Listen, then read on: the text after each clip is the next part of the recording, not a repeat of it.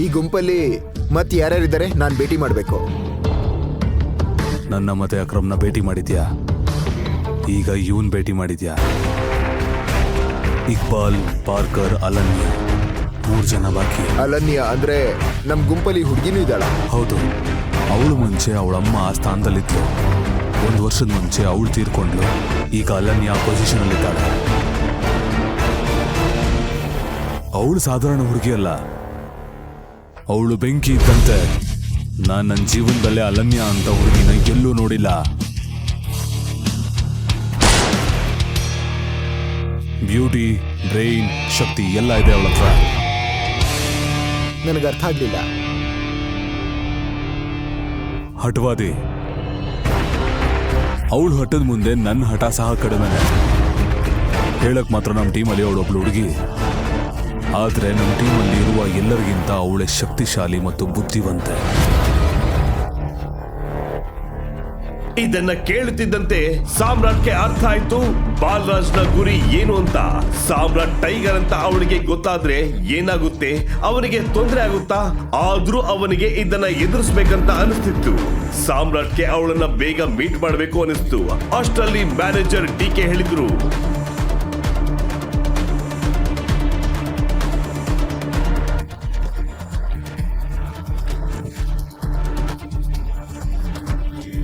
ಆದಷ್ಟು ಬೇಗ ಅವಳನ್ನ ಮೀಟ್ ಮಾಡ್ಬೋದು, ಆದ್ರೆ ಅವಳು ಮೀಟ್ ಮಾಡಕ್ ಬಯಸ್ತಾಳ ಗೊತ್ತಿಲ್ಲ.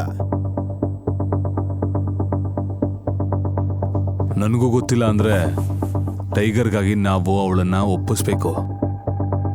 ನಾನು ಏನ್ ಅನ್ಕೊಂಡಿದ್ದೀನೋ ಆ ಥರ ಹುಡುಗ ಅಲ್ಲ ಇವನು. ಬಾಲರಾಜ್ನ ಮಾತು ಕೇಳಿ ಡಿಕೆಯ ಕಿವಿಗಳು ಚುರುಕಾದವು. ಬಾಲರಾಜ್ ಸರ್, ರಿಂಗಲ್ಲಿ ಸಾಮ್ರಾಟ್ ನಿಮ್ಗೆ ಟಕ್ಕರ್ ಕೊಟ್ಟಿದ್ದಾನ?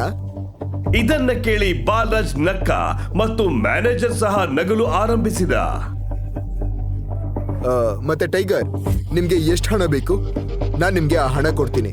ಆಮೇಲೆ ಅಕ್ರಮ್ ಸರ್ ಆಫೀಸಿಂದ ಹೊಸ ಚೆಕ್ ತೆಗೆದುಕೊಳ್ತೀನಿ. ಈಗ ನನಗೆ 1 ಕೋಟಿ ಬೇಕು. ಉಳಿದ 49 ಕೋಟಿನ ನನ್ನ ಹೊಸ ಅಕೌಂಟಿಗೆ ಹಾಕ್ಸಿ. ಸರಿ, ಮಾಡಿಸ್ತೀನಿ. ಇದನ್ನ ಕೇಳಿ ಡಿಕೆ ಅವಳಿಗೆ ಹಣ ತರಲು ಹೋದ. ಬಾಲರಾಜ್, ಈ ಅಲನ್ಯ ಆ ಹುಡುಗಿ ಬಗ್ಗೆ ನಿನ್ಗೆ ಏನ್ ಗೊತ್ತು?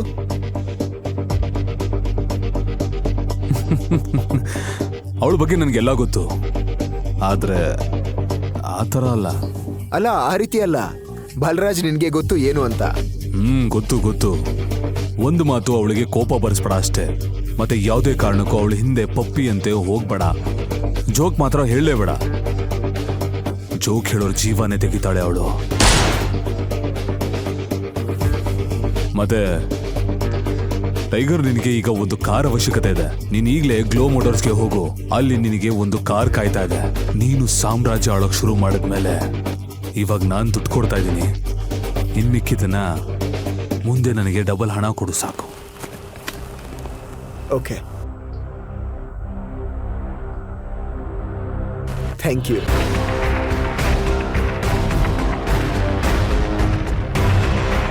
ಅವನು ಬ್ಯಾಂಕಿನಿಂದ ಹಣ ತೆಗೆದುಕೊಂಡು ಹೋದ. ಹೋಗುವ ಬರದಲ್ಲಿ ಯಾವ ಕಾರ್ ಬುಕ್ ಆಗಿದೆ ಅಂತ ಕೇಳಲಿಲ್ಲ.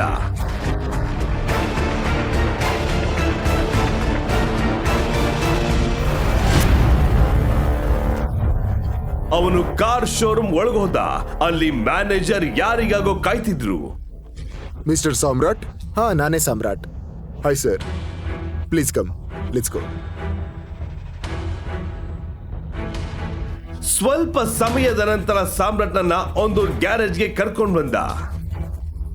ಸರ್, ಇದೇ ಕಾರು. ನಾನು ಪೇಪರ್ಸ್ ರೆಡಿ ಮಾಡ್ತೀನಿ, ನೀವು ಕಾರ್ ನೋಡಿ. ಅದು ತುಂಬಾ ದುಬಾರಿ ಕಾರು. ಆದರೆ ಯಾರಿಗೂ ಅನುಮಾನ ಬರಬಾರ್ದಂತ ಅದನ್ನ ಈ ರೀತಿಯಾಗಿ ರೆಡಿ ಮಾಡಿಸಿದ ಬಾಲರಾಜ್. ಕಾರನ್ನ ನೋಡಿ ಸಾಮ್ರಾಟ್ಗೆ ತುಂಬಾ ಖುಷಿ ಆಯ್ತು.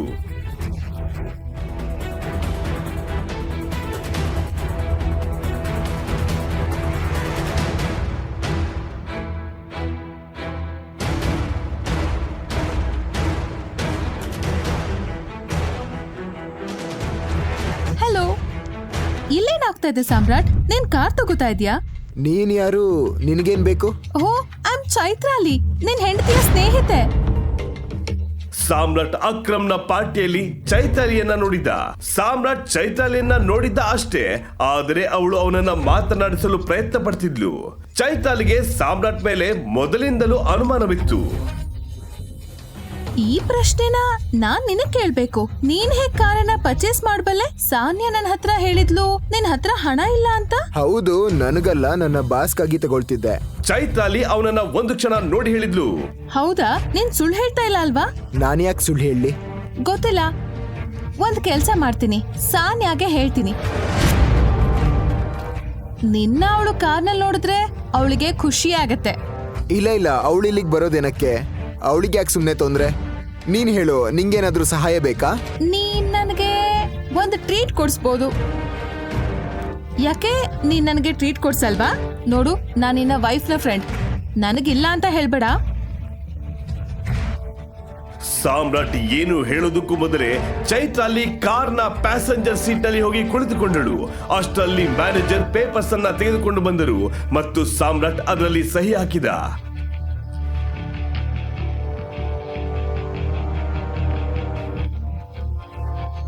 ಸಾಮ್ರಾಟ್ ಡ್ರೈವಿಂಗ್ ಸೀಟ್ ನಲ್ಲಿ ಕುಳಿತು ಹೊರಟ. ಅವನಿಗೆ ಗೊತ್ತಿತ್ತು ಚೈತ್ರಾಲಿ ಒಬ್ಬ ಶ್ರೀಮಂತರ ಮಗಳು ಅಂತ. ಸಾಮ್ರಾಟ್ ಅವಳನ್ನ ಅಕ್ರಮ್ ಅವರ ಹೋಟೆಲ್ಗೆ ಕರ್ಕೊಂಡು ಹೋಗಲು ನಿರ್ಧರಿಸಿದ. ಚೈತ್ರಾಲಿ ರಸ್ತೆ ಉದ್ದಕ್ಕೂ ಸಾಮ್ರಾಟ್ ಅನ್ನೇ ನೋಡ್ತಿದ್ಲು. ಸಾಮ್ರಾಟ್ಗೆ ಗೊತ್ತಿರಲಿಲ್ಲ ಅವಳಿಗೆ ಏನ್ ಬೇಕು ಅಂತ. ಅಷ್ಟರಲ್ಲಿ ಹೋಟೆಲ್ ಬಂತು.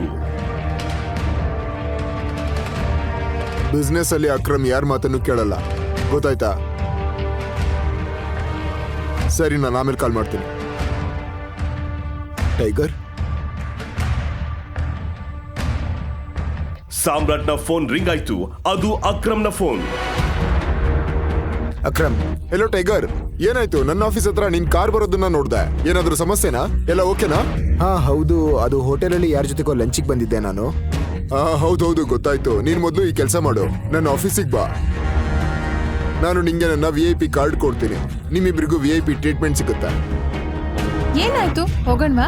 ನೀನು ಇಲ್ಲೇ ಇರು, ನಂಗೊಂದು ಇಂಪಾರ್ಟೆಂಟ್ ಕೆಲಸ ಇದೆ, ಮುಗಿಸ್ಕೊಂಡು ಬರ್ತೀನಿ. ಅವನು ಮೇಲೆ ಹೋಗ್ತಿರೋದನ್ನ ಚೈತ್ರಾಲಿ ನೋಡ್ತಿದ್ಲು.